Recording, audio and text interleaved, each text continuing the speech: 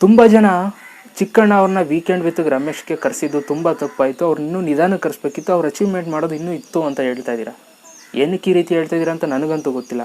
ಏನಕ್ಕೆ ಅವ್ರೇನು ಅಚೀವ್ಮೆಂಟ್ ಮಾಡೇ ಇಲ್ವಾ? ಅಚೀವ್ಮೆಂಟ್ ಮಾಡ್ದೇ ಸುಮ್ಮನೆ ತಂದು ಕೂರಿಸಿದ್ರ ಅವ್ರನ್ನ? ಹಂಗಲ್ಲ, ತುಂಬ ಅಚೀವ್ಮೆಂಟ್ ಮಾಡಿದ್ದಾರೆ. ನನ್ನ ಪ್ರಕಾರ ನಾನು ನೋಡೋದಾದರೆ ತುಂಬ ಅಚೀವ್ಮೆಂಟ್ ಮಾಡಿದ್ದಾರೆ. ಅವರೊಂದು ಕಾರ್ಯ ಕೆಲಸ ಮಾಡಿ ಒಂದು ಸಿನಿಮಾದಲ್ಲಿ ಇವಾಗ ಒಂದು ಒಳ್ಳೆ ಕಾಮಿಡಿ ಆ್ಯಕ್ಟರ್ ಆಗಿದ್ದಾರೆ ಅಂತಂದರೆ ತಮಾಷೆ ಮಾತಲ್ಲ. ನಮಗೆ ನೋಡೋದಕ್ಕೆ ಹಂಗೆ ಅನಿಸುತ್ತೆ, ಏನೋ ಒಂದು 50 ಪಿಕ್ಚರ್ ಮಾಡಿರ್ಬೋದು ಹೀರೋಗಳ ಜೊತೆ ಅಂತ ಅನಿಸುತ್ತೆ. ಬಟ್ ಒಂದೊಂದು ಫಿಲಮಲ್ಲೂ ಒಂದೊಂದು ಚಾನ್ಸ್ ತಗೋಬೇಕು ಅಂತಂದ್ರೆ ಎಷ್ಟು ಕಷ್ಟ ಅಂತ ಅವ್ರಿಗೂ ಗೊತ್ತಿರುತ್ತೆ. ತುಂಬ ಜನ ಹೇಳೋದೇನಪ್ಪ ಅಂತಂದರೆ ಚಿಕ್ಕಣ್ಣ ಅವರು ಅಚೀವ್ಮೆಂಟ್ ಮಾಡಿದ್ದಾರೆ, ಆದರೆ ಅವ್ರಿಗಿಂತ ಅಚೀವ್ಮೆಂಟ್ ಜಾಸ್ತಿ ಮಾಡಿರೋ ತುಂಬ ಜನ ಇದ್ದಾರೆ, ಅವ್ರನ್ನ ಕರೆಸಿ ಇವ್ರ ಬದಲು ಅಂತ ಹೇಳ್ತಾ ಇದ್ದೀರಾ. ಓಕೆ, ಅವ್ರನ್ನೂ ಕರೆಸ್ತಾರೆ. ಚಿಕ್ಕಣ್ಣ ಅವ್ರಿಗಿಂತ ಅಚೀವ್ಮೆಂಟ್ ಜಾಸ್ತಿ ಮಾಡಿರೋರನ್ನು ಕೂಡ ಕರೆಸ್ತಾರೆ. ವೆಯ್ಟ್ ಮಾಡಿ. ಇವಾಗ ಚಿಕ್ಕಣ್ಣ ಅವ್ರದ್ದು ಎಷ್ಟು ದಿನ ನಡೆದುಬಿಡುತ್ತೆ ಪ್ರೋಗ್ರಾಮು? ಶನಿವಾರ ಭಾನುವಾರ 2 ದಿನ ನಡೆಯುತ್ತೆ. ಅದು ಬಿಟ್ಟರೆ ನೆಕ್ಸ್ಟ್ ವಾರ ಬೇರೆಯವ್ರು ಬರುತ್ತೆ. ಆವಾಗ ನೀವು ಯಾರು ಅಂದ್ಕೊಂಡಿದ್ದೀರೋ ಅವ್ರು ಬರುತ್ತೆ. ಇವಾಗ ಬಂದಿರೋರನ್ನ ವೆಲ್ಕಮ್ ಮಾಡಿ. ಚಿಕ್ಕಣ್ಣ ಅವ್ರು ಬಂದಿದ್ದಾರೆ ಸ್ಟೇಜ್ ಮೇಲೆ, ಅವ್ರು ವೀಕೆಂಡ್ ವಿತ್ ರಮೇಶ್ ಕೂತ್ಕೊಂಡು ಅವ್ರ ಲೈಫ್ ಸ್ಟೋರಿ ಹೇಳ್ತಾ ಇದ್ದಾರೆ ಅಂತಂದ್ರೆ ಅವ್ರು ಸಪೋರ್ಟ್ ಮಾಡಿ. ಅವರು ಲೈಫಲ್ಲಿ ಅವರ ಒಂದು ಲೈಫಲ್ಲಿ ತುಂಬ ಕಷ್ಟಪಟ್ಟಿರೋದಿರುತ್ತೆ, ಅದನ್ನ ನೋಡಿ ಇನ್ಸ್ಪೈರ್ ಆಗಿ. ಅದು ಬಿಟ್ಬಿಟ್ಟು ಅವ್ರು ಬಂದು ಕೂರಿಸಿರೋದೇ ತಪ್ಪು ಅಂತಂದ್ರೆ ಅವ್ರಿಗೆ ಅವಮಾನ ಆಗ್ಬಿಡುತ್ತೆ. ಚಿಕ್ಕಣ್ಣ ಅವ್ರಿಗೆ ಕೂತಿದಾಗ ಈ ವಿಷಯ ಕೇಳ್ಬಿಟ್ರೆ ಅವರು ಎಲ್ಲ ಜನಗಳು ಇಷ್ಟು ಬೇಗ ಕರ್ಸ್ಬಾರ್ದಿತ್ತು ಅಂತ ಅವ್ರಿಗೇನಾದ್ರು ಗೊತ್ತಾಗ್ಬಿಟ್ರೆ ಅವ್ರಿಗೆ ಬೇಜಾರಾಗೋಗುತ್ತೆ ಅಲ್ವಾ? ಹಂಗೆ ಮಾಡಬಾರ್ದು. ಏನಕ್ಕೆ ಅಂತಂದ್ರೆ ಅವ್ರು ಅಚೀವ್ಮೆಂಟ್ ಮಾಡಿದ್ದಾರೆ, ಸುಮ್ಮನೆ ತಂದು ಕೂರಿಸಿಲ್ಲ ಅವ್ರನ್ನ. ಅವ್ರಿಗೆ ರೆಸ್ಪೆಕ್ಟ್ ಮಾಡಬೇಕು.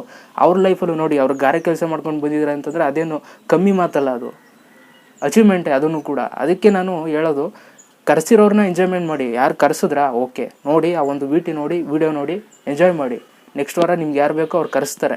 ಇನ್ನೂ ವೀಕೆಂಡ್ ವಿತ್ ಸೀಸನ್ ಇವಾಗ 4 ಏನೋ ನಡೀತಾ ಇದೆ ಅಂತ ಅಂದ್ಕೊಳ್ತೀನಿ.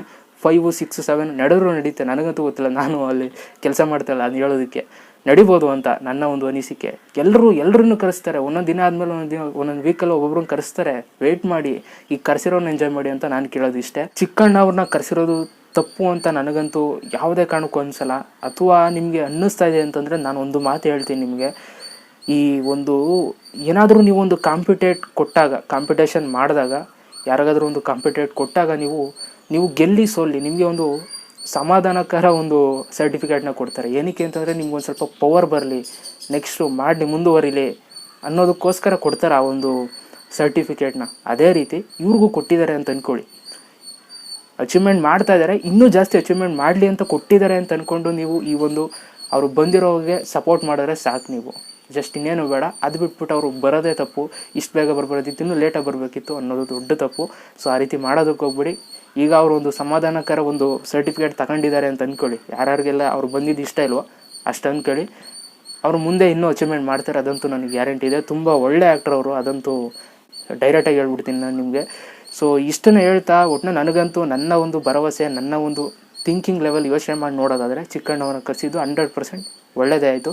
ಅವ್ರ ಲೈಫಲ್ಲಿ ತುಂಬ ಇನ್ಸ್ಪಿರೇಷನ್ ವೀಡಿಯೋಸ್ಗಳನ್ನ ನೋಡಿದೆ, ನನಗಂತೂ ತುಂಬ ಇಷ್ಟ ಆಯಿತು ಆ ಒಂದು ಎಪಿಸೋಡ್ ಅಂತ ಹೇಳ್ತಾ. ನಿಮಗೆ ಅನ್ನಿಸ್ತು ಚಿಕ್ಕಣ್ಣವ್ರನ್ನ ಕರೆಸಿದ್ದು? ಕಮೆಂಟ್ ಮಾಡಿ ಅಂತ ಹೇಳ್ತಾ ಇವತ್ತಿನ ವಿಡಿಯೋಗೆ ಮುಗಿಸ್ತಾ ಇದ್ದೀನಿ. ಎಲ್ರಿಗೂ ಬಾಯ್, ಜೈ ಹಿಂದ್, ಒಂದೇ ಮಾತರಂ.